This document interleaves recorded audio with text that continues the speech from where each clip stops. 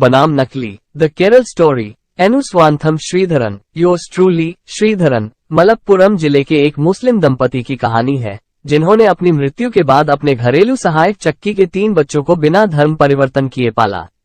महेश कुमार 22 मई 2023 केरल छवि सौजन्य Wikimedia Commons. हाल ही में release हुई feature film the Kerala story को लेकर मीडिया में काफी बहस चल रही है, जिसमें झूठा दावा किया गया है कि केरल की 32,000 महिलाओं को हिंदू धर्म से इस्लाम में परिवर्तित किया गया था और उन्हें सीरिया और यमन में दफनाया गया है। 138 मिनट की इस फिल्म में वास्तविकता के हर उपलब्ध टुकड़े को हथियार बनाया गया है ताकि यह समझाया जा सके कि मुट्ठी भर भारतीय मुसलमान इस्लामी धर्म में क्यों शामिल हुए या लोगों ने इस्लाम क्यों अपनाया। केरल के कासरगोड और मलप्पुरम को इस्लामी आस्था के लिए खतरनाक भर्ती स्थल के रूप में दिखाया गया है। फिल्म के मुख्य किरदार आसिफा के फोन की रिंगटोन में अल्लाह शब्द दिखाई देता है और इसे ऐसे दर्शाया गया है जैसे अल्लाह के नाम के साथ रिंगटोन होना अपने आप में एक संदिग्ध चीज या अपराध है। ये फिल्म इस्लामोफोबिया के बारे में है। इसके विपरीत Safdar Hashmi memorial trust SAHMAT और जनसंस्कृति ने हाल ही में नई दिल्ली के जवाहर भवन में सिद्दीक परवूर द्वारा निर्देशित एक film Ennu Swantham Sreedharan, yours truly Sreedharan की स्क्रीनिंग का आयोजन किया। इसे देखने के लिए सैकड़ों लोग आए थे। फिल्म प्रेम और भाईचारे का संदेश देती है। ये 3 हिंदू बच्चों के इर्द गिर्द घूमती है जो अपनी मां की असामयिक मृत्यु के बाद एक मुस्लिम परिवार में बड़े हुए। ये लेख इसकी तुलना गलत सूचना वाले द केरल स्टोरी से करता है।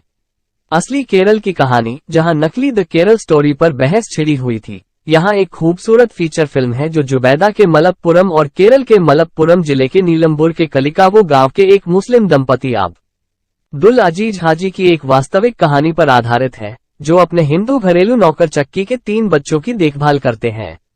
जुलाई 2019 में किडनी की बीमारी के कारण जुबैदा का निधन हो गया और 2 साल बाद उनके पति अजीज हाजी का भी निधन हो गया। एक परिवार की दिल को छू लेने वाली इस कहानी को अब फिल्म निर्माता सिद्दीकी परावूर द्वारा सिल्वर स्क्रीन पर लाया गया है।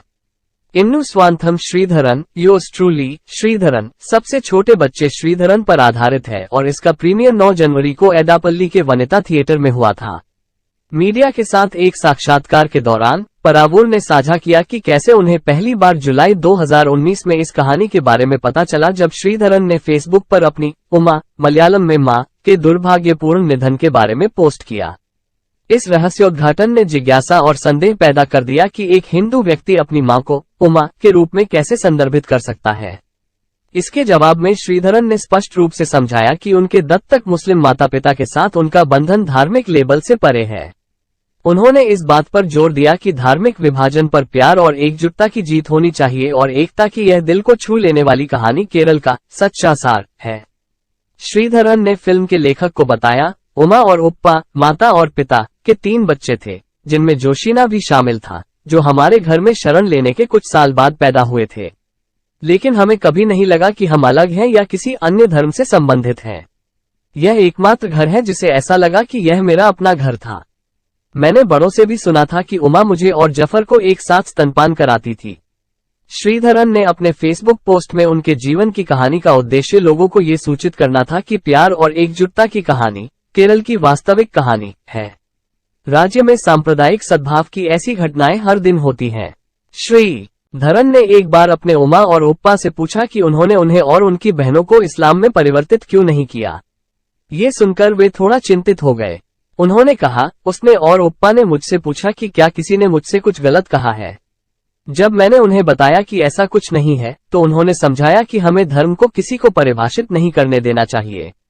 उन्होंने कहा कि सभी धर्म एक ही बात का प्रचार करते हैं, यानी लोगों से प्यार करना और उनकी मदद करना, और बताया कि मनुष्य धर्म या उसकी शिक्षाओं की गलत व्याख्या करते हैं। उमा ने हमें ये भी सिखाया कि इससे कोई फर्क नहीं पड़ता कि किसी का धर्म क्या है। मैं और मेरी बहनें मंदिर जाते थे और अपने माथे पर चंदन का लेप लगाते थे। उमा को इससे कोई फर्क नहीं पड़ता। वे सिर्फ इतना चाहते थे कि हम झूठ न बोलें, चोरी न करें या दूसरों को चोट न पहुंचाएं। और हमने ये भी कहा कि हम कभी भी ऐसा कुछ नहीं करते जिससे उनकी प्रतिष्ठा को नुकसान पहुंचे। श्रीधरन ये भी जानते हैं कि अगर जुबैदा ने उन्हें और उनकी बहनों को गोद नहीं लिया होता तो उनका जीवन बहुत अलग होता, खासकर उनके परिवार की जातिगत पृष्ठभूमि को देखते हुए। हम निचली जाति के हैं। जब हम बड़े हो रहे थे तो लोगों को उम्मीद थी कि हम उनके अधीन होंगे। यह उस समय की संस्कृति थी, लेकिन उप्पा और उमा ने हमें इसके खिलाफ सिखाया और हमें एक सामंजस्यपूर्ण परिवार में रहने की अनुमति दी। उन्होंने हमसे कहा कि हमें अनावश्यक रूप से किसी के सामने नहीं झुकना चाहिए। फिल्म निर्देशक सिद्दीक को याद है कि जब उन्होंने जुबैदा के गांव पहुंचने के बाद उनकी दिल छू लेने वाली कहानी सुनी तो वह हैरान रह गए थे। उसके गांव कलिकावू में हर कोई उसे जानता था और उससे प्यार करता था। उन्होंने अपनी पैतृक संपत्ति खुद पर नहीं बल्कि वंचित समुदाय की मदद करने पर खर्च की। जुबैदा उनके और उनकी बहनों के लिए कपड़े और गहने खरीदता था। उनके पास लगभग 12 एकड़ जमीन थी, जिसे उन्होंने जरूरतमंद लोगों को दान कर दिया। यहाँ तक कि उन्होंने गरीब लोगों की मदद के लिए ऋण भी लिया। जब उसकी मौत हुई तब वो लगभग 28 लाख रुपये के कर्ज में डूबी हुई थी। बाद में उनके बड़े बेटे ने इस ऋण को चुका दिया। सिद्दीक बताते हैं, कैमरे का पहला शॉट खुद अजीज हाजी ने ही लिया था। वे सभी खुश थे कि अधिक से अधिक लोग अब जुबैदा और परोपकारी के बारे में जानेंगे जो वह थी। दुर्भाग्य से अजीज हाजी की 1 साल बाद कोविड-19 महामारी के दौरान मृत्यु हो गई। निर्देशक सिद्दीकी कहते हैं, लोग स्वाभाविक रूप से अच्छे हैं, लेकिन कभी कभी हमें उनकी अच्छाई की याद दिलाने के लिए इस तरह की कहानियों की आवश्यकता होती है। नफरत और गलत सूचना के इस माहौल में जुबैदा को याद किया जाना चाहिए और उसकी कहानी दोहराई जानी चाहिए। नकली केरल की कहानी केरल की सच्ची भावना के विपरीत केरल स्टोरी मुस्लिम समुदाय के खिलाफ गलत सूचना और निराधार प्रचार को बढ़ावा देती है। इस फिल्म को व्यापक निंदा का सामना करना पड़ा है, विशेष रूप से केरल में तथ्यों को तोड़ मरोड़ कर पेश करने और मुस्लिम विरोधी भावनाओं को भड़काने के लिए आंकड़ों को बढ़ा चढ़ाकर पेश करने के लिए। यहाँ तक कि पश्चिम बंगाल में फिल्म के प्रतिबंध के संबंध में चल रही सुप्रीम कोर्ट की सुनवाई में फिल्म निर्माता का प्रतिनिधित्व करने वाले वरिष्ठ अधिवक्ता हरीश साल्वे ने 32,000 रूपांतरणों के दावे का समर्थन करने वाले प्रामाणिक डेटा की कमी को स्वीकार किया।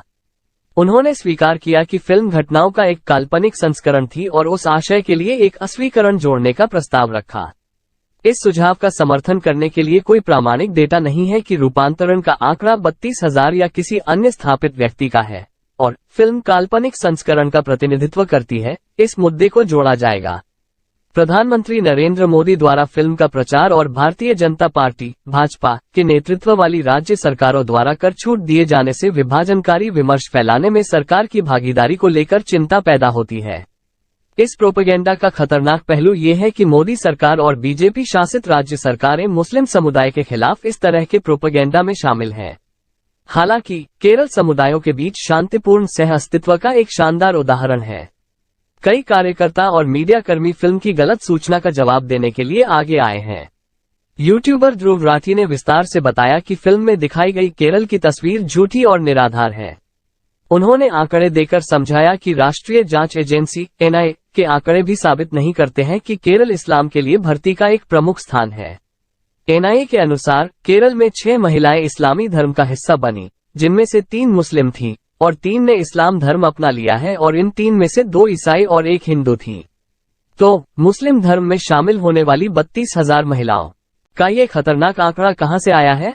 यह आंकड़ा दिखाता है कि फिल्म मुस्लिम समुदाय और केरल के खिलाफ आपराधिक रूप से है, जो सार्वजनिक जीवन के हर पहलू में विकास हासिल कर रही है।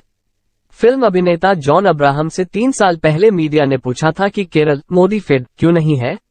अब्राहम ने जवाब दिया कि केरल एक ऐसी जगह है जहां मंदिर, मस्जिद और चर्च 10 मीटर की दूरी पर पाए जाते हैं और सभी धर्मों के लोग शांति से एक साथ रहते हैं। इसलिए केरल में धर्म के नाम पर कोई नफरत नहीं है। हजारों कहानियां और उपाख्यान केरल के धर्मनिरपेक्ष ताने बाने को दर्शाते हैं। कोई भी गलत सूचना या नफरत का अभियान केरल की छवि को धूमिल नहीं कर सकता है, जिसे केरल के लोगों ने सामाजिक, राजनीतिक और स्वतंत्रता संग्राम आंदोलनों के माध्यम से ईंट दर ईंट बनाया है।